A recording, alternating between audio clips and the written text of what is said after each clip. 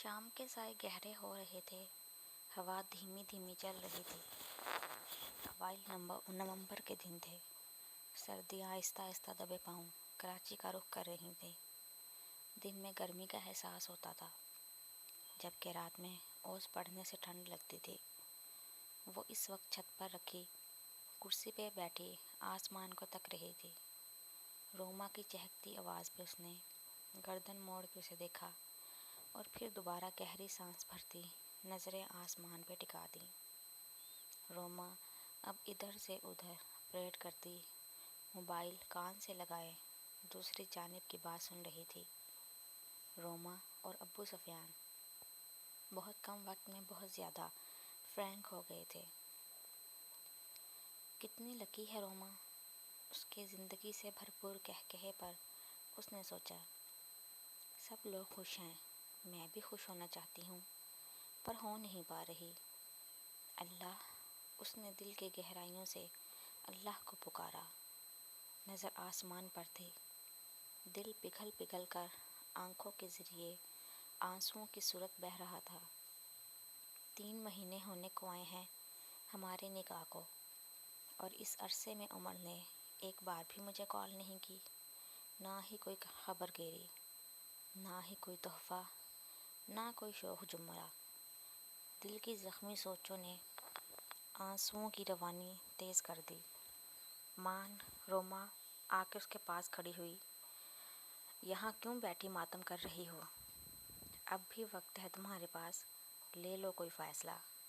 اس کے لاپرواہی سے مشورہ دینے پر وہ حیرت سے اسے دیکھنے گئی، پھر اچانک تڑخی۔ ہاں، لے سکتی ہوں کوئی فیصلہ ابھی بھی، مگر وہ کیا ہے کہ میں تمہاری جتنی خود غرضی نہیں دکھا سکتی۔ اگر ایسا ہے تو پھر یوں ہی کٹتی رہو، میری طرف سے بھاڑ میں جاؤ۔ وہ پھنکاری اور دھپ دھپ کرتی سیڑھیاں اتر گئی، اور وہ منہ ہاتھوں میں چھپا کر پھوٹ پھوٹ کے رو دی۔ 2 مہینے بعد جب ابو سفیان کے گھر والوں نے شادی کی تاریخ رکھی تو روما کے ساتھ اس کی بھی رخصتی رکھ دی گئی۔ آج کل روما بہت خوشی خوشی شادی کی شاپنگ کر رہی تھی، جبکہ اس کا دل اتنا خراب تھا کہ کسی چیز میں حصہ نہیں لے رہی تھی۔ اس کی ساری شاپنگ رابعہ بیگم نے اپنی پسند سے کی تھی، اور دوسری طرف ثانیہ باجی اور تائی روز آتی اور شاپنگ پر لے جانے کا کہتی۔ وہ اتنی روڈ ہو رہی تھی کہ ان کے بار بار اصرار پر بھی ساتھ جانے سے صاف انکار کرتی رہی۔ آج بھی ثانیہ باجی آئیں بیٹھی تھی۔ بھئی ایمی، تمہارے بڑے نخرے آ گئے ہیں ہاں؟ یہ 6ٹھی دفعہ آئی ہوں، پھر مجال ہے جو تم مانی ہو۔ کیا مسئلہ ہے بھئی، کوئی ناراضگی چل رہی ہے کیا میرے بھائی کے ساتھ؟ ارے نہیں باجی، ایسی کوئی بات نہیں، وہ گڑبڑائی۔ ہاں بھئی، مجھے پتہ ہے ایسی کوئی بات نہیں، وہ ہنسی۔ اتنا معصوم سا تو ہے میرا بھائی، یہ لڑائی جھگڑے اس سے نہیں ہوتے۔ ثانیہ باجی کے لہجے میں بھائی کے ذکر سے ایک دم مٹھاس آ گئی۔ وہ اور تائی یوں ہی عماد، احسن اور عمر کے لیے ٹچی تھیں۔ اسپیشلی عمر سے انہیں کچھ زیادہ ہی محبت تھی۔